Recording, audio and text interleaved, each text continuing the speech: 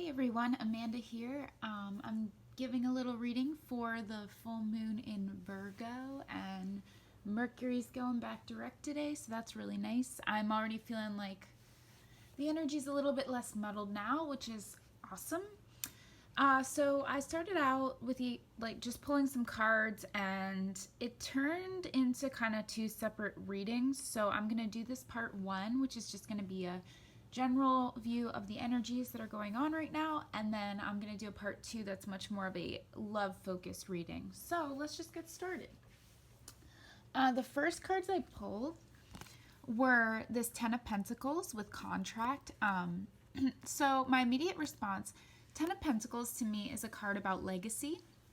It's about building abundance that has lasting prosperity attached to it. So it's the work you're doing now is going to benefit generations to come. It heals your ancestors before you. And it's about just having an overflow of abundance to share, kind of all the way down the line.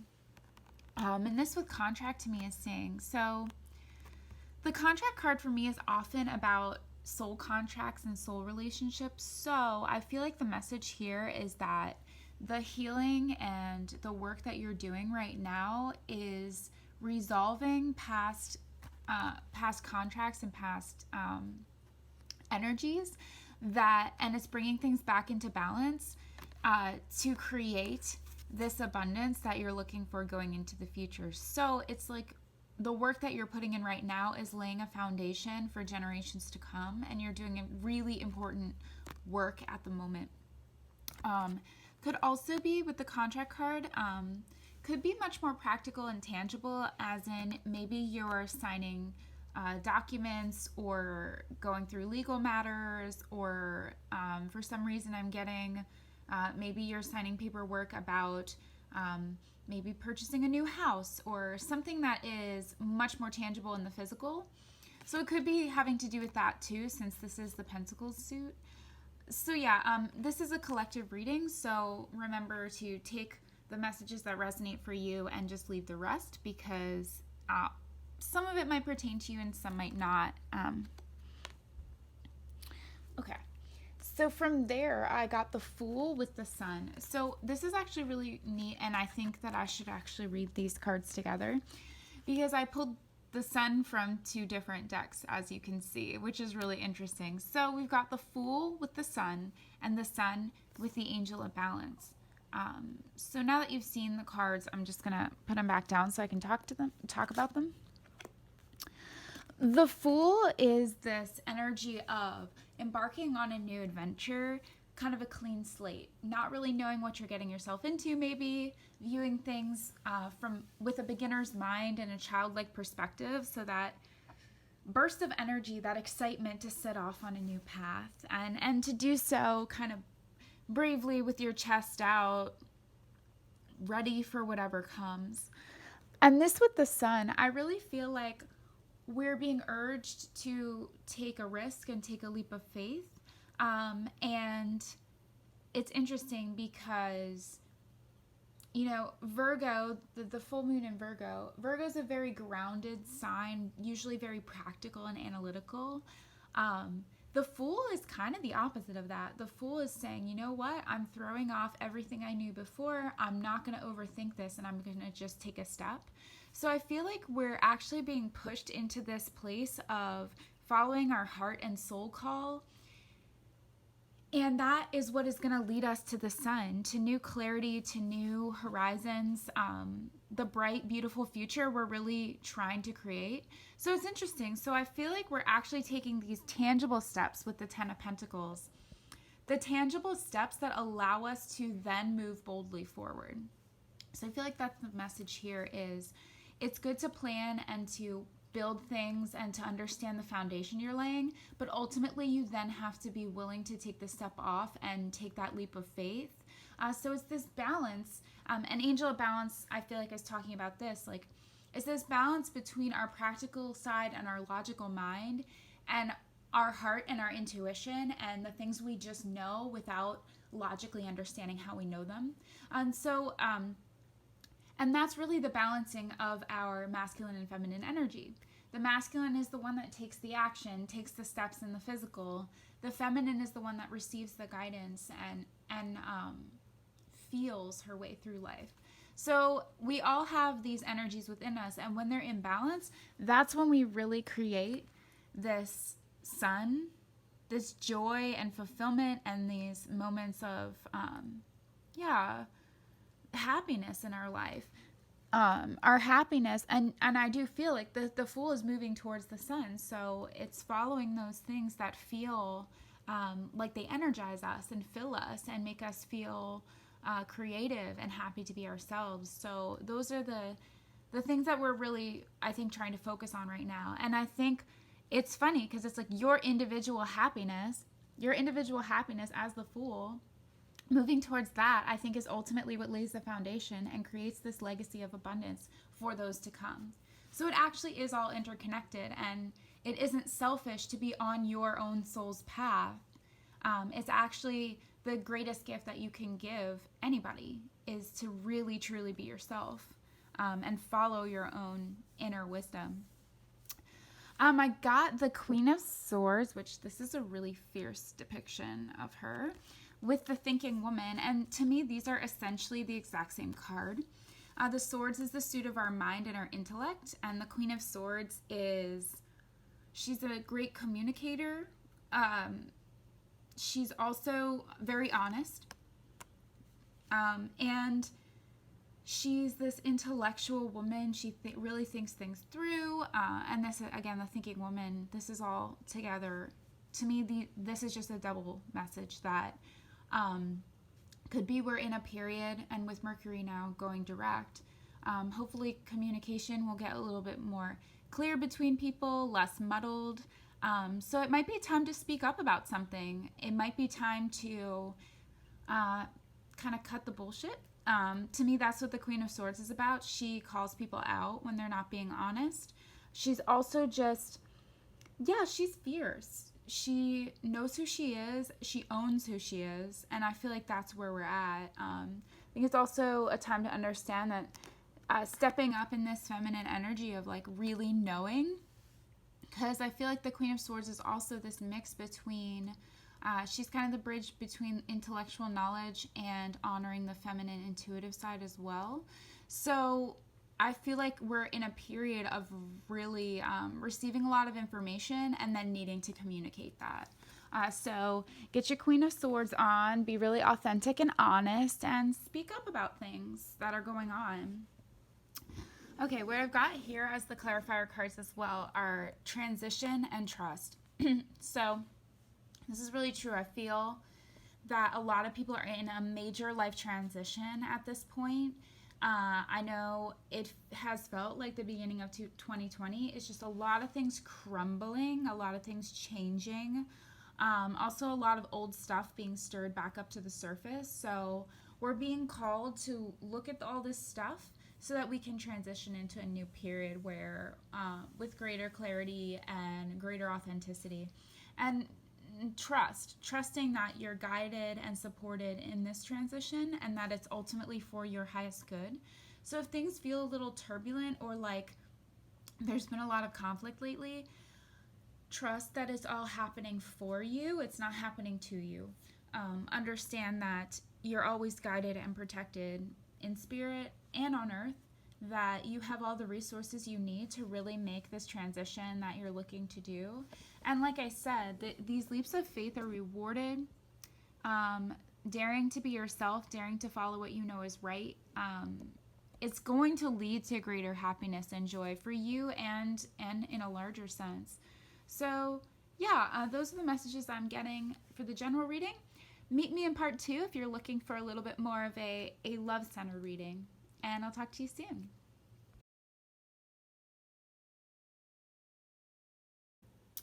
Hey everyone, this is my part 2 of the full moon in Virgo and Mercury goes back direct reading. This is the love and partnership centered section of the reading.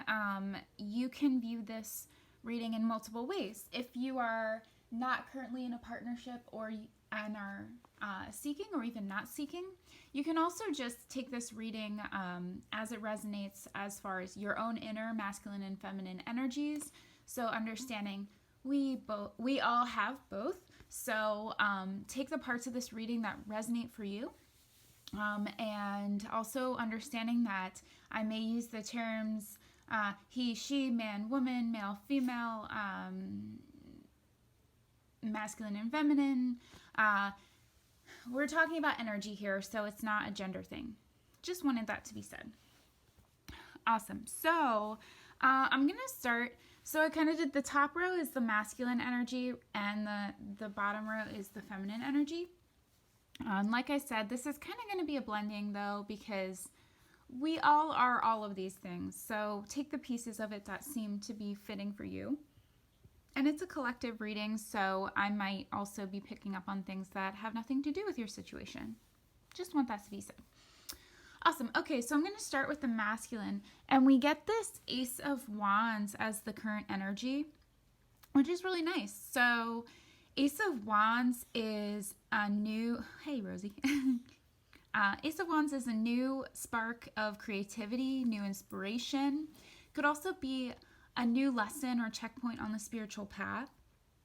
The Ace of Wands it's really fiery. It's like it feels like the masculine has got some kind of new inspiration and is kind of setting off on that adventure, taking hold of this inspiration and doing something with it. So this is really action-oriented energy. Something's going to be created out of this spark if he chooses to put in the work for it. So I do feel like there is this sense of inspiration and fire kind of getting lit under the butt of the masculine, which is really good. And what we get here, so I got this beautiful Honor the Masculine card. It says, respecting men, embracing the masculine divine. So it's really interesting that this card came up because I actually just did a video on my YouTube channel about kind of my relationship and struggle with the masculine and how we kind of put them down and they don't deserve that. So this Honor the Masculine card, I actually really love it because I think that men and the masculine can really step up in the world in magnificent ways when we allow them to and when we support them in that. So I do think if you are more in your masculine energy, this is about really honoring that part of you and realizing that it's a good thing. We need the doers. We need the people who are getting stuff done in the physical. We need that protective, loving, masculine energy in the world. And it can be expressed in healthy ways. So it's not about doing away with the masculine or trying to suppress it or feeling like it's a negative thing. It's about really finding that healthy expression of it and honoring what that means. So I did, when I pulled this card, feel called to talk about masculine energy has to express itself in the physical. So often I think we judge behavior that we see based on a feminine perspective. And the truth is that the masculine has to live and play out scenarios in order to learn from them. So they have to make it happen in the physical world in order to learn their spiritual lessons, gain new inspiration, take a new direction, and go a different route. So don't judge yourself or your partner or somebody else if they are having to express their journey in a different way than you do. And I hope that makes sense. But we've also got this God of Wisdom coming out, which is really awesome. So I do feel like the masculine is learning. They're gaining a lot of wisdom from the path they're on right now and learning a lot spiritually, I feel. And it's becoming clearer to them, which is great because I think a lot of times it is hard for the feminine side is much more into their intuitive side and is sometimes able to gain wisdom in through maybe meditation or through a little bit different route than the masculine. And like I said, I feel like they are really taking the steps in the physical that is bringing this wisdom to them, and they are moving forward with it in really beautiful ways. So they are learning, and that masculine energy, they're gaining wisdom from doing, from making things happen. There's this surrender card as well, though. So there could be a sense of needing to surrender what you thought was true before. There could be a need to just surrender to the moment and to what is rather than maybe how you wish it would be. Right, because nothing changes and we can't integrate new insight and inspiration if we are resisting or trying to make it look the way it always has. So I do feel like there's a sense of letting go the old a little bit right now, which is great to do with a full moon energy. But there's really something tangible that's being gained from this period right now, which is really good. Cool. So I'm going to move on to the feminine energy. We get this lovely Queen of Pentacles. So that's great. Earth energy for the Virgo full moon. So that makes sense. I feel like the feminine energy is much more in that sense of like maybe building her own prosperity in the physical. To me, this feels like she is learning to kind of build her own foundation and be self-sufficient on her own. Maybe even if you're in partnership, it could be she's doing this on her own in her own right without needing the masculine support at this time. Meaning like she's learning how to own her own power and build a tangible reality for herself, which is sometimes more difficult for the feminine because we live much more in the esoteric at times. So it's bringing those visions and grounding them down into reality, I feel like is what's happening right now. We get this lovely Song of the Siren, the call, summoning, voice to acknowledge. So again, and we had the Queen of Swords come up in the last reading. So it's speak up time, like it's communicate time. So you've got a lot of wisdom right now, feminine, that needs to be shared with the world. So you speak up. Also, to me, this is about if you're looking for this partnership or you're looking to deepen the partnership, it's about using your voice, calling in the energy of your soulmate, really, speaking up, using your voice to create what you want. And I get this energy card here too, so I do feel like the feminine's doing the energetic work in the partnership right now. She's aligning energetically with the things that she wants between her and her counterpart. And it really is about energetically kind of calling them in and calling them up. That is part of her way of honoring the masculine, is really it's funny because the masculine does energy is what does the actions in the physical, and to me the feminine is the anchor in the energetic world. So I do feel like there's a healing energy piece that the feminine's really doing right now. So you're anchoring it in and you're doing a great job. So just keep going because you do get this goddess of endurance. So things might be taking longer than you imagine and you're having to have some stamina as these things come to be. But trust that the work you're doing is really important, and, focus on your own journey and your own prosperity. But it is okay to be kind of doing the energetic piece for the partnership and for yourself first. I mean, you're not doing it for anybody else really, but the world is better when we are doing our healing piece and our energetic work. So great job, feminine.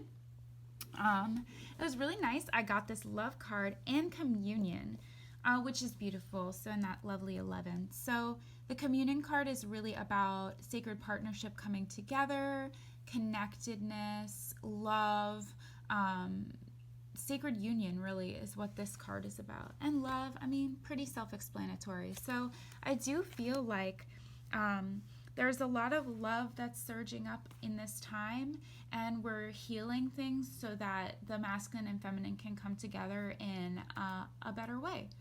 So I'm going to run out of time, but have a great rest of your day.